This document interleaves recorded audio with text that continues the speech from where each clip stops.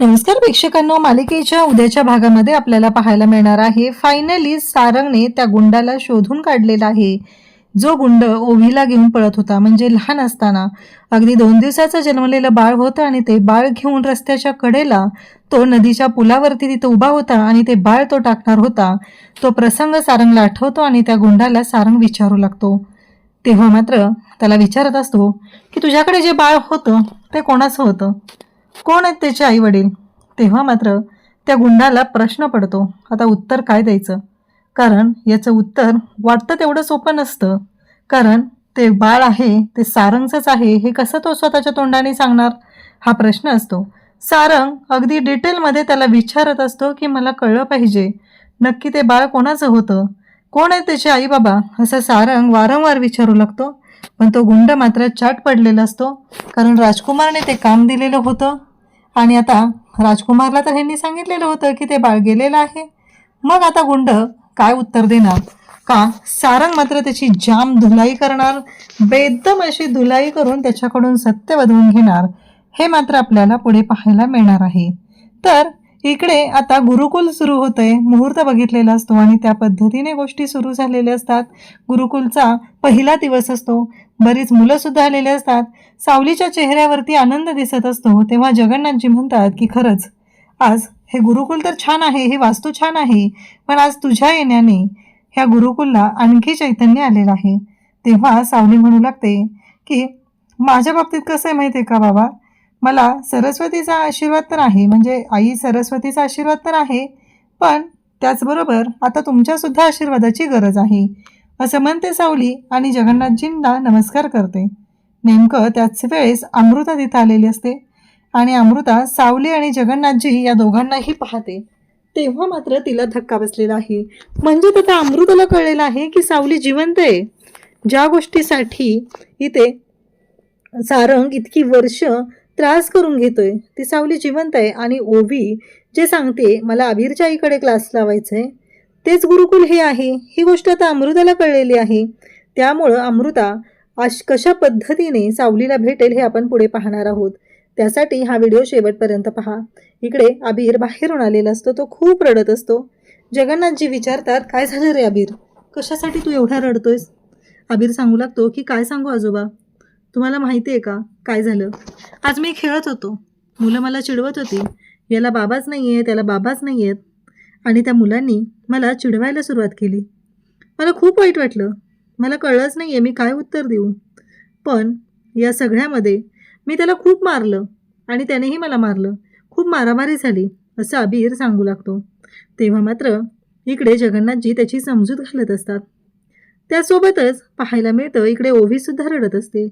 ओवी म्हणत असते की मला कोणीच का सांगत नाही आहे, नक्की काय आहे, गोष्टी काय आहेत, माझ्यापासून का लपवलं जाते सगळं, मला का सांगत नाही आहे कोणी, असं ओवी विचारत असते. या माझे आईबाबा कोण आहेत, या घरामध्ये गाण्याच्या बाबतीत काय प्रॉब्लेम आहे, मला का सांगितलं जात नाही, असं ओवी विचारते. अमृता तिला समजूत घालते. सारंग तिथे येतो आणि अमृता सारंगला म्हणते की हे घे सारंग, तूच आता हिच्याशी बोलून घे, कारण ती ऐकूनच घ्यायला तयार नाही आहे. असं सांगितल्यानंतर सारंग तिथे येतो आणि सारंग म्हणू लागतो की बाळा काळजी करू नको, सगळ्या प्रश्नांची उत्तरं मिळतील, योग्य वेळ आली की तुला त्या प्रश्नांची उत्तरं मी स्वतः देईल, असा शब्द सारंगने दिलेला असतो. मग तुला आईस्क्रीम आणू का. त्यावर अमृता म्हणते अरे घेऊन काय येतोय सारंग, तिलाच घेऊन जा, तिला जेवढं खायचं आहे जे खायचं आहे ते खाईल ती, असं अमृता सांगते. आणि तेव्हा मात्र सारंग म्हणतो की चालेल.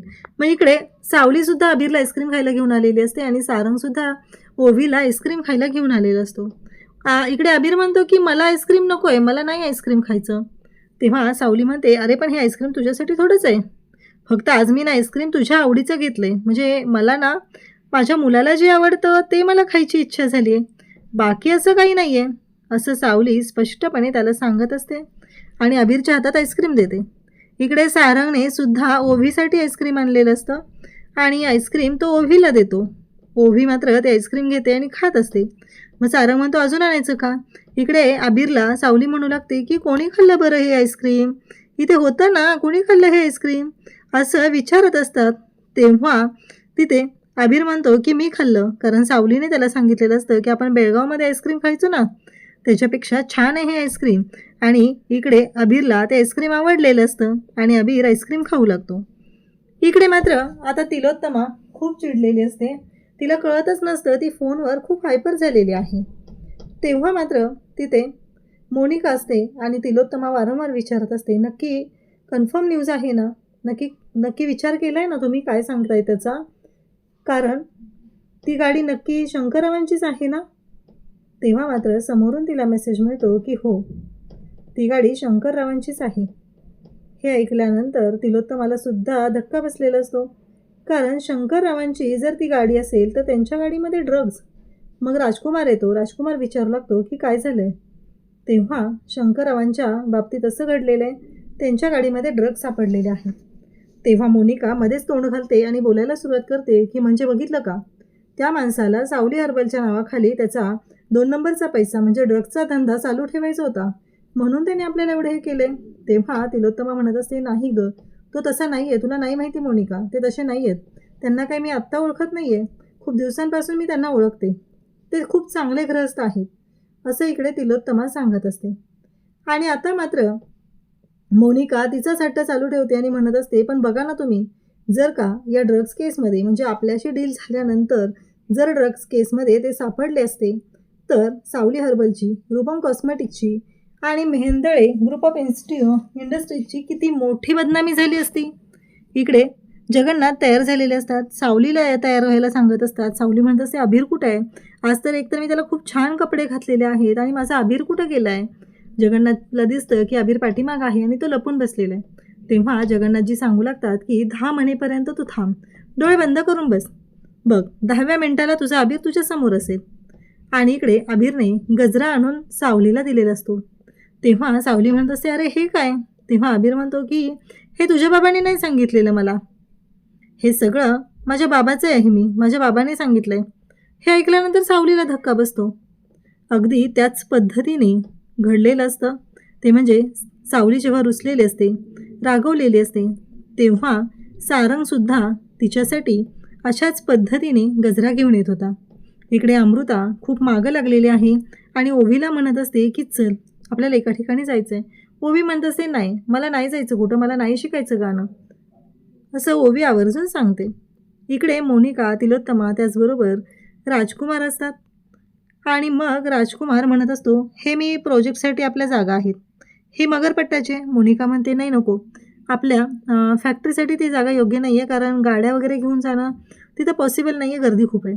मग वेगवेगळ्या जागा सिलेक्ट होतात आणि नेमकं त्या एजंटने गुंड पाठवून जगन्नाथजींची गुरुकुलची जी जागा आहे ती जागा इकडे यांना दाखवलेली आहे आणि तिलोत्तमाला सुद्धा तीच जागा पसंत पडलेली आहे. इकडे सावली खुश झालेली असते. अबीरने तिला आता गजरा दिलेला असतो आणि तो गजरा ती हातात घेते. पण जेव्हा अबीर ते शब्द वापरतो की माझ्या बाबांनी सांगितलंय, तेव्हा मात्र सावलीला धक्का बसतो. जगन्नाथजी हसत असतात आणि इकडे अमृता ओवीला घेऊन आलेली आहे. म्हणजेच ऑब्वियसली अमृता ही ओवीला आता या गुरुकुलमध्ये घेऊन येणार आहे. घरातल्या सगळ्यांना लपवून अमृता ओवीसाठी एवढं सगळं करत आहे. त्यानंतर आपल्याला पाहायला मिळतं की जगन्नाथजी आणि सावली या दोघांनाही धक्का बसतो की अबीर असं कसं काय बोलू शकला.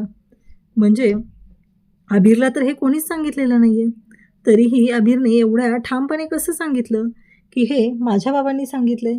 हा प्रश्न सावलीला सुद्धा पडलेला असतो. प्रेक्षकांना उद्याच्या भागात आपल्याला पाहायला मिळणार आहे की आता बरोबर तो गुंड सारंगच्या समोर आलेला आहे आणि त्या गुंडाला सारंग प्रश्न विचारतोय, तुला आठवतंय का, एक 6 वर्षांपूर्वी हायवेला त्या पुलाच्या वरती तू एका छोट्या बाळाला घेऊन उभा होता, कोणाचं होतं ते बाळ? तू पळवलेलं होतंस ना, आता मला सांग ते बाळ कोणाचं होतं? असं सारंग विचारत असतो. तेव्हा मात्र तो गुंड आता गप्पच बसलाय. उत्तर तरी काय देणार, कारण ते बाळ सारंगचंच आहे. सावली आणि सारंगचं ते बाळ आहे, ह्याचं उत्तर तो काय देणार, हा मोठा प्रश्न उभा राहिलेला आहे.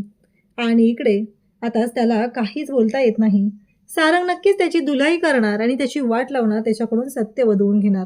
त्यानंतर इकडे सावली जगन्नाथजी गुरुकुलमध्ये आलेले असतात. जगन्नाथजी म्हणतात की आजचा कार्यक्रम खरंच खूप छान झाला. सावलीसुद्धा तेच सांगते आणि खरंच कार्यक्रम खूप छान झालेला असतो आणि ते सगळेच खुश असतात.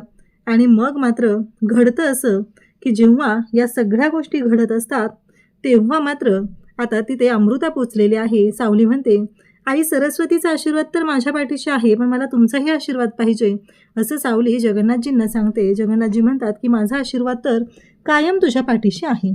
अशाच अपडेट्ससाठी चॅनलशी कनेक्ट राहा. थँक्यू.